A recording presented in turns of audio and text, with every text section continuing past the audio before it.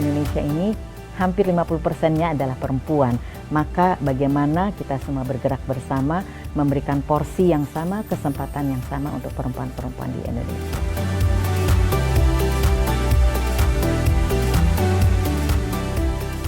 Saya percaya kalau perempuan bergandengan tangan dalam satu kekuatan yang utuh, nggak ada yang nggak bisa kita perjuangkan di Republik ini.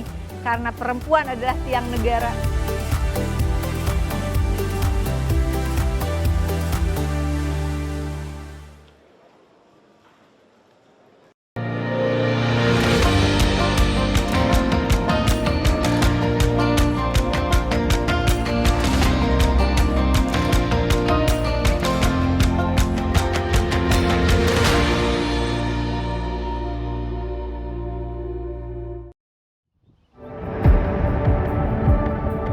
Mahkamah Konstitusi telah memutuskan bahwa komposisi anggota maupun pimpinan alat kelengkapan Dewan atau AKD harus mengakomodasi keterwakilan perempuan paling sedikit 30%. Putusan tersebut berdasarkan hasil sidang pleno pada Oktober 2025 lalu, di mana pada saat itu Mahkamah Konstitusi mengabulkan gugatan yang dilayangkan oleh Perludem, Koalisi Perempuan Indonesia dan pakar hukum Titi Anggraini.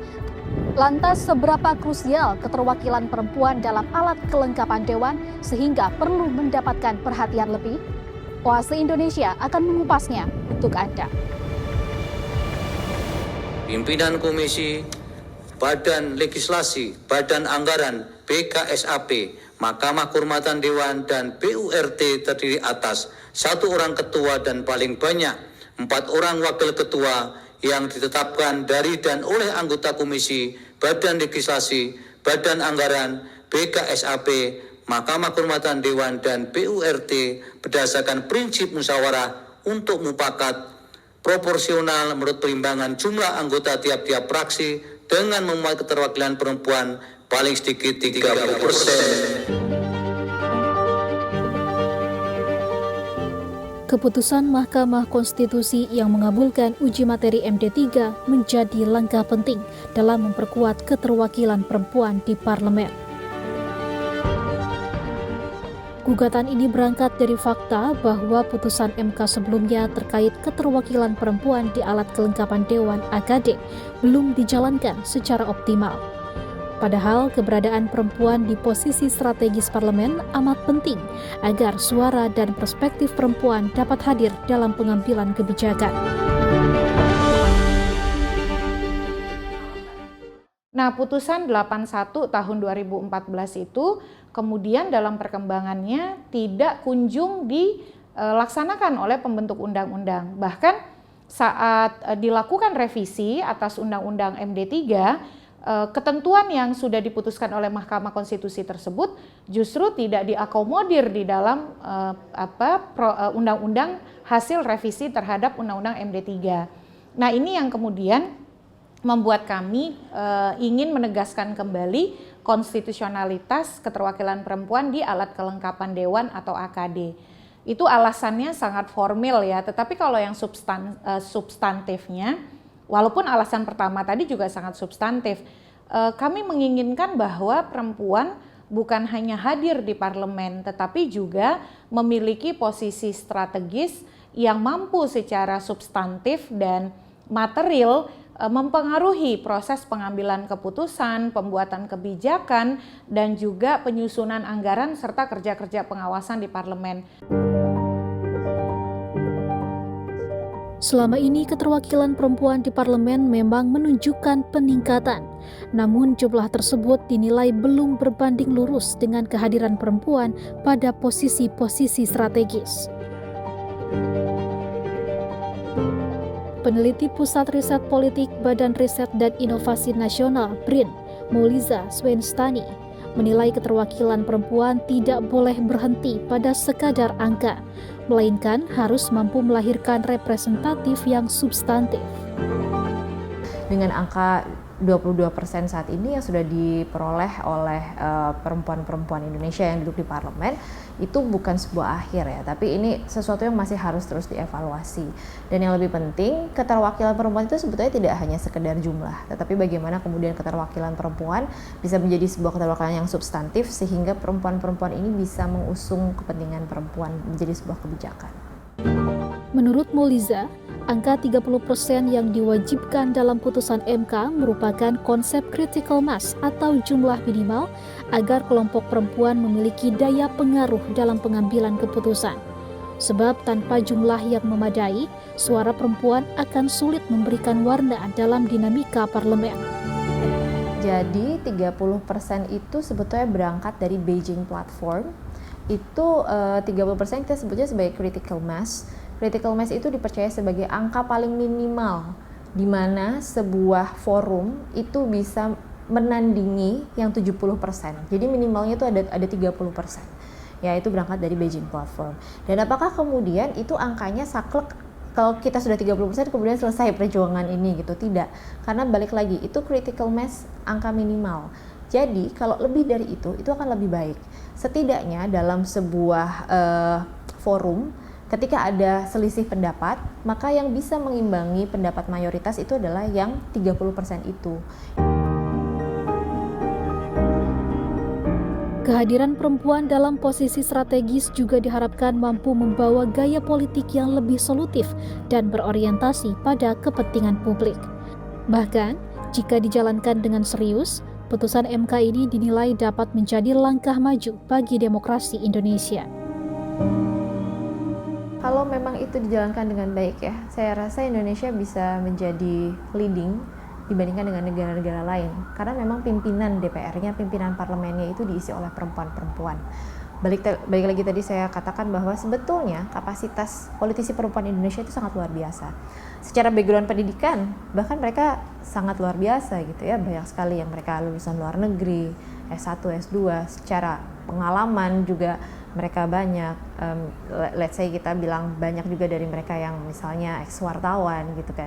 Itu pasti pengalaman mereka banyak dari mereka yang kemudian sudah biasa terjun di lapangan gitu. Nah, ketika itu memang bisa terwujud ya, ketika memang perempuan-perempuan pada akhirnya diberi kesempatan untuk duduk dalam posisi strategis, itu yang jelas, yang pertama saya cukup yakini bahwa perempuan itu bisa memperjuangkan isu spesifik perempuan tadi dan isu-isu yang berkenaan dengan daily life itu lebih baik. Putusan sudah ditetapkan, angka 30% pun sudah ditegaskan. Lantas apakah angka tersebut sudah benar-benar tercapai atau masih menjadi pekerjaan rumah bagi politik Indonesia? Bagaimana perjalanan jumlah anggota legislatif perempuan dari waktu ke waktu? Ikuti di segmen berikutnya.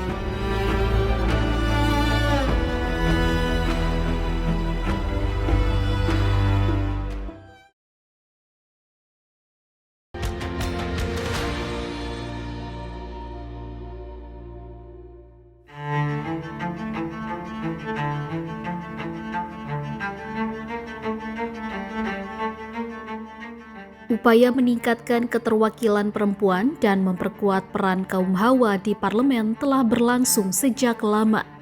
Perlahan, ruang politik pun semakin terbuka bagi perempuan Indonesia.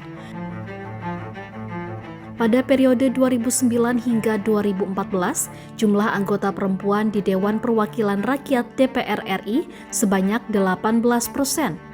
Meski sempat menurun menjadi 17,3% pada periode 2014 hingga 2019, jumlah anggota DPR perempuan kembali meningkat menjadi 20,5% pada 2019 hingga 2024 dan mencapai rekor tertinggi yakni 22,1% pada periode 2024 hingga 2029. Tren peningkatan jumlah perempuan juga terlihat di Dewan Perwakilan Daerah atau DPD RI. Pada periode 2009 hingga 2014, keterwakilan perempuan di DPD RI mencapai 26,5%. Sempat menurun menjadi 25,7% pada periode 2014-2019.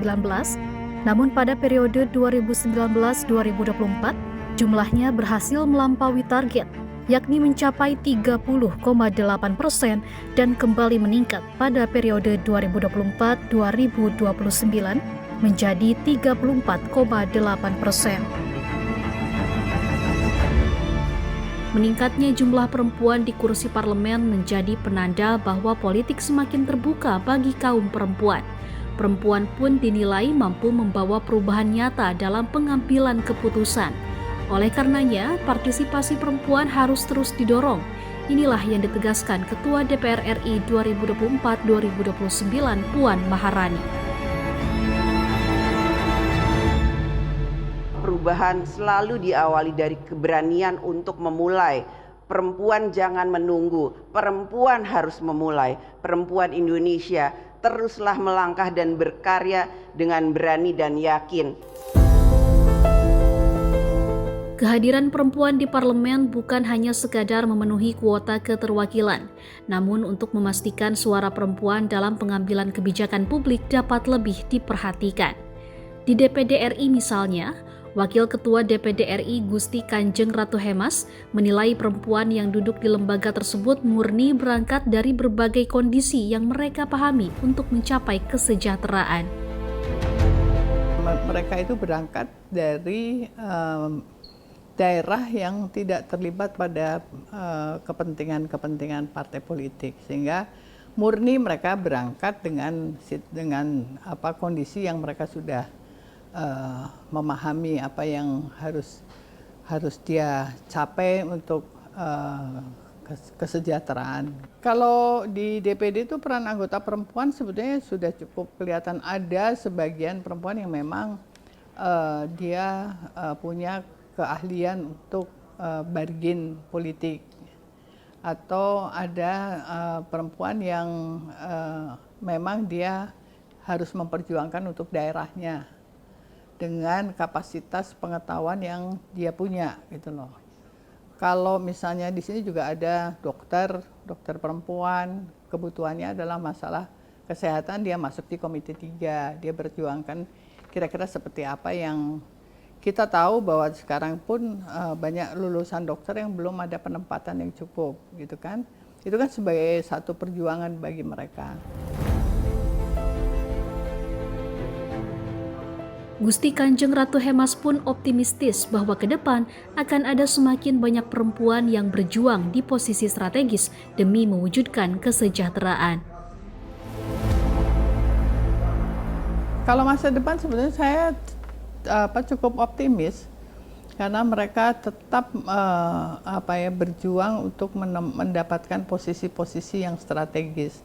Sebetulnya berjuangnya itu tidak hanya di tataran anggota dewan, tidak juga di tataran di daerah pun dia berusaha untuk menjadi kepala dinas misalnya. Kan dia ikut bidding ya kan, ikut tes. Itu perempuannya lebih banyak daripada laki-lakinya kalau saya lihat gitu loh. Dan kapasitas yang banyak itu, yang lebih baik itu sebetulnya nilainya itu perempuan gitu loh.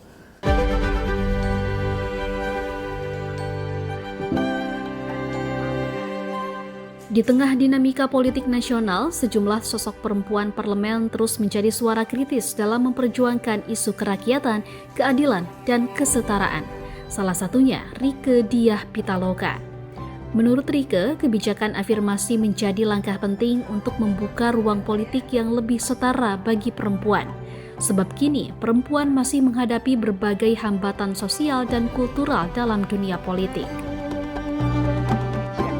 Keterwakilan perempuan 30% di dalam sistem pemilu kita dengan zipper sistemnya begitu. Antara nomor 1, 2, 3 itu harus selalu ada perempuan.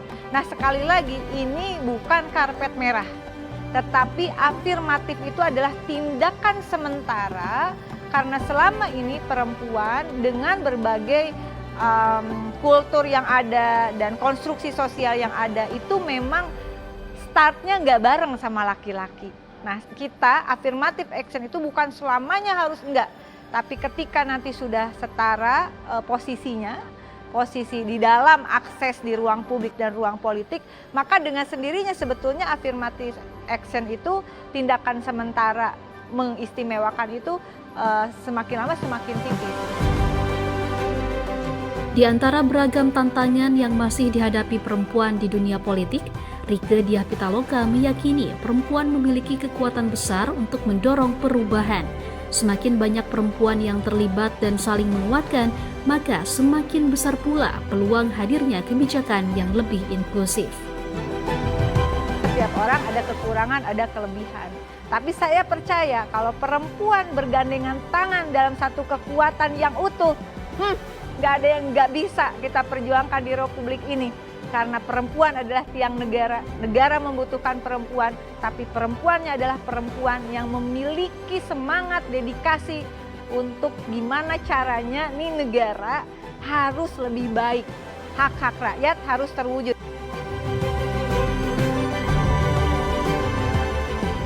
Dari keberanian perempuan memasuki ruang politik, harapan akan parlemen yang lebih setara dan inklusif terus tumbuh. Baik pihak eksekutif maupun legislatif memiliki beragam ramuan agar dapat terus meningkatkan keterwakilan perempuan di parlemen.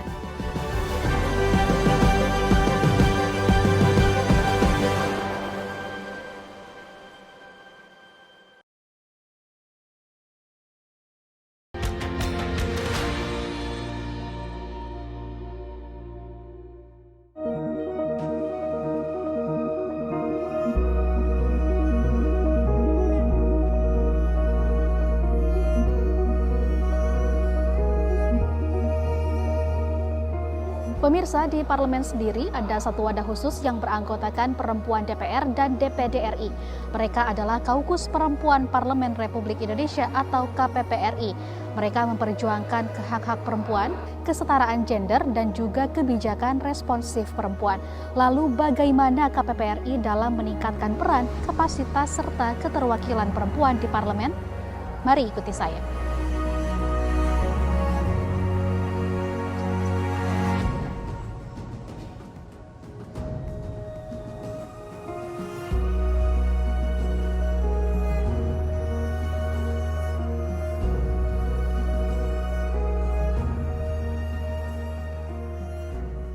Kaukus Perempuan Parlemen Republik Indonesia atau KPPRI dibentuk sebagai wadah kolaborasi bagi perempuan anggota DPR RI dan DPD RI. Melalui KPPRI, para perempuan parlemen berupaya memperkuat partisipasi dan peran perempuan dalam politik, sekaligus mendorong kebijakan yang lebih inklusif dan responsif gender. KPPRI ini memang sudah ada dari tahun 2000-an ya, 2000. Waktu itu ketika dengan adanya amandemen Undang-Undang Dasar Negara Republik Indonesia yang keempat, di mana waktu itu utusan daerah kemudian dilembagakan menjadi Dewan Perwakilan Daerah. Nah, kalau dulu kan memang cuma satu ya DPR, jadi belum ada secara formalnya membentuk kaukus karena cuma satu gitu. Nah, dibentuklah satu kaukus perempuan parlemen. Nah, jadi yang ada di gedung parlemen ini, parle gitu ya, bersuara, dibentuklah kaukus ini, dan itu atas dasar kebersamaan supaya isu-isu tentang kesetaraan gender, setelah waktu itu mungkin belum secara clear ya, bahwa aturan pemilu itu setiap partai politik itu harus mencalonkan 30% perempuan. Nah, kaukus ini dibentuk juga untuk tadi itu, keterwakilan perempuan di parlemen.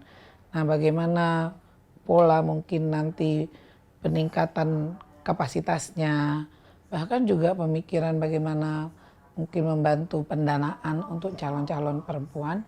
Dan ini bekerja sama, mulai menjalin kerjasama dengan parlemen-parlemen di dunia yang berkaitan dengan perempuan. Ada beberapa hal yang menjadi tantangan dalam meningkatkan keterwakilan perempuan di parlemen, yakni pencalonan oleh partai politik dan keterpilihan di bilik suara. Hal ini pun menjadi pekerjaan rumah yang cukup besar bagi KPPRI. Ini yang harus kita lihat lagi lebih jauh.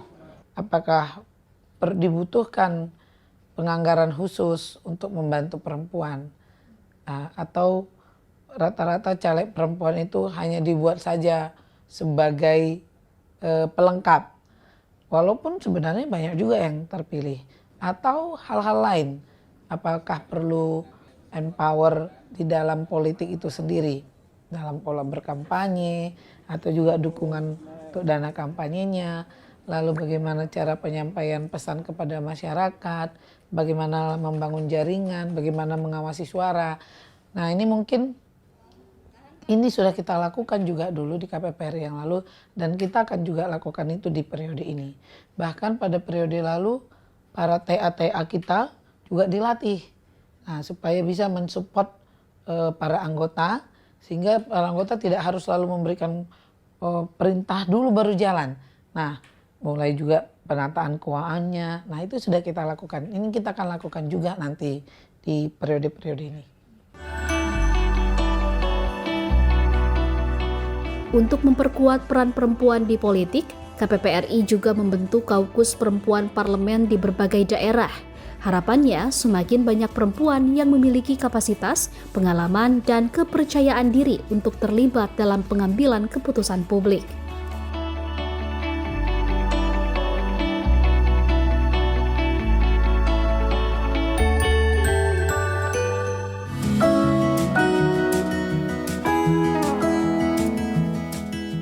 Upaya mendorong kesetaraan perempuan di parlemen tak hanya dilakukan oleh satu pihak saja.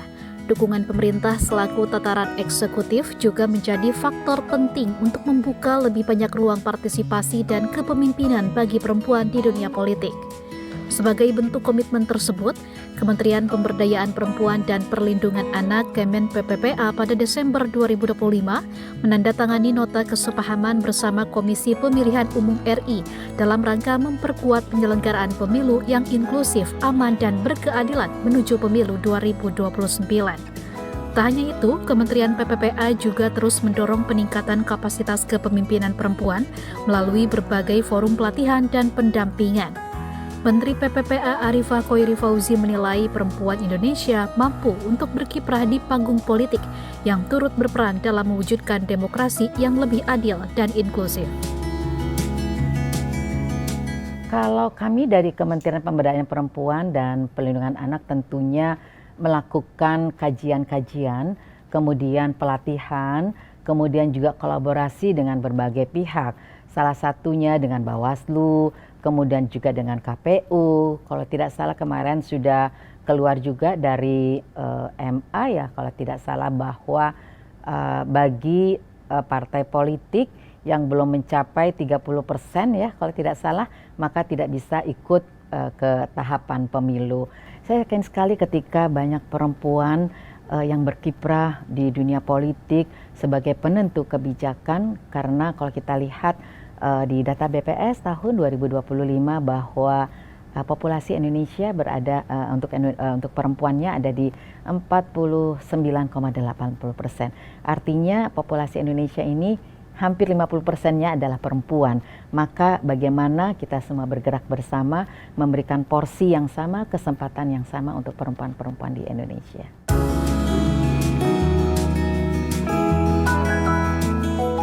Kesetaraan perempuan di parlemen pada akhirnya bukan sekadar soal jumlah kursi atau pemenuhan kuota. Lebih dari itu, kesetaraan adalah tentang memastikan perempuan memiliki ruang, kesempatan, dan suara yang setara dalam menentukan arah pembangunan bangsa. Sebab ketika perempuan hadir dalam pengambilan keputusan, demokrasi tidak hanya menjadi lebih representatif, tetapi juga lebih inklusif bagi semua.